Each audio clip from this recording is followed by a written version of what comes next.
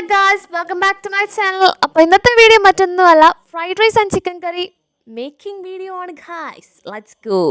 ആദ്യം തന്നെ നമ്മൾ അടുപ്പിൽ വെള്ളം ചൂടാക്കാൻ വെച്ചിട്ടുണ്ട്. അതിനകത്തോട്ട് നമ്മുടെ സ്പൈസസ്, അതായത് കറുകപ്പട്ട, ഗ്രാമ്പൂ, അതിനകത്ത് വേറെ എന്താണ്ടൊക്കെ ഉണ്ടല്ലോ, അപ്പോൾ അതൊക്കെ എടുത്തിട്ട് കൊടുക്കണം ഗൈസ്. പിന്നെ നമുക്ക് ഉള്ളി വഴറ്റാൻ വെക്കണം. ഇത് ചിക്കൻ കറിക്ക് വേണ്ടിയിട്ടുള്ളതാണ്. അപ്പോൾ ഉള്ളി ഏകദേശം വഴണ്ടി വരുമ്പോൾ കുറച്ച് ഉപ്പും കുറച്ച് കറിവേപ്പിലയും കുറച്ച് പച്ചമുളകും ഒക്കെ ഇട്ട് അങ്ങോട്ട് വഴറ്റിയെടുക്കുക. ഉപ്പിട്ട് വഴണ്ടുമ്പോൾ പെട്ടെന്ന് വഴണ്ട് കിട്ടും ഗൈസ്. വെള്ളം ചൂടായി നമുക്ക് അരി ഇട്ട് കൊടുക്കാം ഗൈസ്. കുറച്ച് വെളുത്തുള്ളി ഇഞ്ചിയും കൂടെ ചതച്ചിട്ട് കൊടുക്കണം ഗൈസ്. അതിനകത്തോട്ട് ഏകദേശം വഴണ്ട് വരുമ്പോഴത്തേക്കും 2 തക്കാളിയും കൂടി ഇട്ട് അങ്ങോട്ട് വഴറ്റിയെടുക്കുക. ഇനി നമുക്ക് നമ്മുടെ മസാലക്കൂട്ടുകൾ ആഡ് ചെയ്ത് കൊടുക്കാം ഗൈസ്. അതായത് മഞ്ഞപ്പൊടി, മല്ലിപ്പൊടി, കുരുമുളക് പൊടി, മുളക് പൊടി, പിന്നെ നമ്മുടെ സ്വന്തം ചിക്കൻ മസാലയും കൂടെ ആഡ് ചെയ്തിട്ട് അങ്ങോട്ട് നന്നായിട്ട് അങ്ങോട്ട് മിക്സ് ചെയ്യുക. ഈ സമയത്ത് തീ പ്രത്യേകിച്ചും സിമ്മയിലായിരിക്കണം, അല്ലെങ്കിൽ മൊത്തത്തിൽ കരിഞ്ഞു പോകും.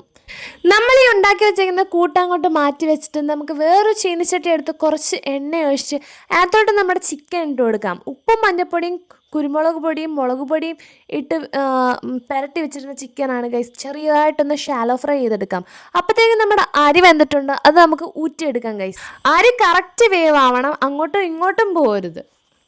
അപ്പോൾ നമ്മൾ ഷാലോ ഫ്രൈ ചെയ്യാൻ വെച്ച ചിക്കനൊക്കെ സെറ്റ് ആയിട്ടുണ്ട്. അപ്പോൾ കുറേശ്ശെ ആയിട്ട് ഇട്ട് നമ്മൾ വറുത്തെടുത്തിട്ടുണ്ട് ഗൈസ്.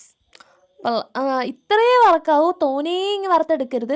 പിന്നെ നമ്മൾ അരപ്പിനകത്തോട്ട് വെള്ളം ചേർത്ത് താണ്ട് ഈ ഒരു പരുവത്തിലാക്കിയിട്ടുണ്ട്. അപ്പോൾ നിങ്ങൾ വിചാരിക്കും ഇത്രയും വെള്ളം പോലാണോ എന്ന്. അല്ല ഗൈസ്, നമ്മൾ കുറുക്കി പറ്റിച്ചെടുക്കും.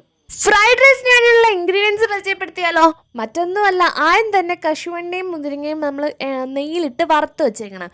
പിന്നീട് നമ്മുടെ മെയിൻ സാധനമായിട്ടുള്ള ഉള്ളി, അത് കുറച്ച് ഏറെ വേണം ഗൈസ്. ഈ ഉള്ളി വറക്കുമ്പോൾ വേണമെങ്കിൽ നിങ്ങൾക്ക് തലേദിവസം വറുത്തിട്ട് നല്ല രീതിയിൽ അങ്ങോട്ട് ക്രിസ്പി ആയിട്ട് വറുത്ത് വെച്ചാൽ നിങ്ങൾക്ക് ഒരു പ്ലാസ്റ്റിക് കവറിലിട്ട് നന്നായിട്ട് ടൈറ്റ് ചെയ്ത് ഫ്രിഡ്ജിൽ വെച്ചാൽ അതേ ക്രിസ്പിനെസ്സോടെ പിറ്റേ ദിവസം നമുക്ക് യൂസ് ചെയ്യാൻ പറ്റും ഗൈസ്. ഇതേപോലെ ഇത് ഇന്നലെ വറുത്തതാണ്, അത് ഫ്രിഡ്ജിൽ വെച്ച് ഇതേപോലെ ഫ്രിഡ്ജിൽ വെച്ചിട്ട് എടുത്തതാണ് ഗൈസ്. ഒരു ക്രിസ്പിനെസ്സിനും ഒരു കുറവില്ല, നല്ല കറുമുറ എന്ന് പറഞ്ഞിരിക്കുന്നു. ഫ്രൈഡ് റൈസിൻ്റെ റൈസ് എങ്ങനെയാണ് ലെയർ ഇടുന്നതെന്ന് കണ്ടാലോ?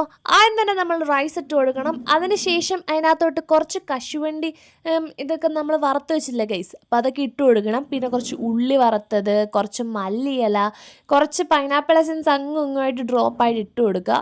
തോനെ ഇടരുത്, ഇതിൻ്റെ ചുവ കൂടിയാൽ ഈ ഒരു ഫ്രൈഡ് റൈസിനെ ഫുൾ അഫക്റ്റ് ചെയ്യും ഗൈസ്.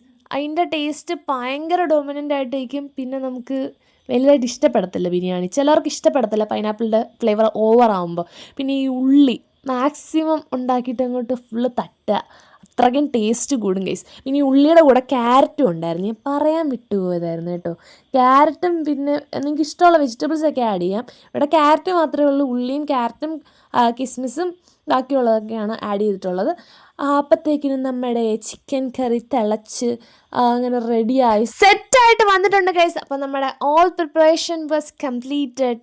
ഫ്രൈഡ് റൈസും ചിക്കൻ കറിയും ഉണ്ടെങ്കിൽ 2 കാര്യങ്ങൾ എന്തായാലും മിസ്സാക്കാതിരിക്കാൻ പറ്റത്തില്ല ഗൈസ്.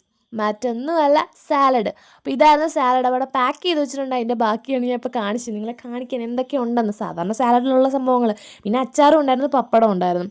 എല്ലാം കൂടെ കൂട്ടിക്കുഴച്ചങ്ങോട്ട് കഴിക്കുക guys. Trust me, it's superb. നല്ല അടിപൊളി സാധനമായിരുന്നു. അപ്പം നിങ്ങളും വീട്ടിലൊക്കെ ട്രൈ ചെയ്ത് നോക്കൂ. സൺഡേ ഒക്കെ ചിക്കൻ മേടിക്കുമ്പോൾ ചിക്കൻ കറി മാത്രമായിട്ട് വെക്കാതെ ഒന്ന് റൈസും ചിക്കനും ഒക്കെ ആയിട്ട് ട്രൈ ചെയ്ത് നോക്കുക. അപ്പോൾ വീഡിയോ ഇത്രയുള്ളൂ. അപ്പോൾ വീഡിയോ ഇഷ്ടപ്പെട്ടാൽ ലൈക്കും ഷെയറും സബ്സ്ക്രൈബും ചെയ്യാൻ മറക്കല്ലേ.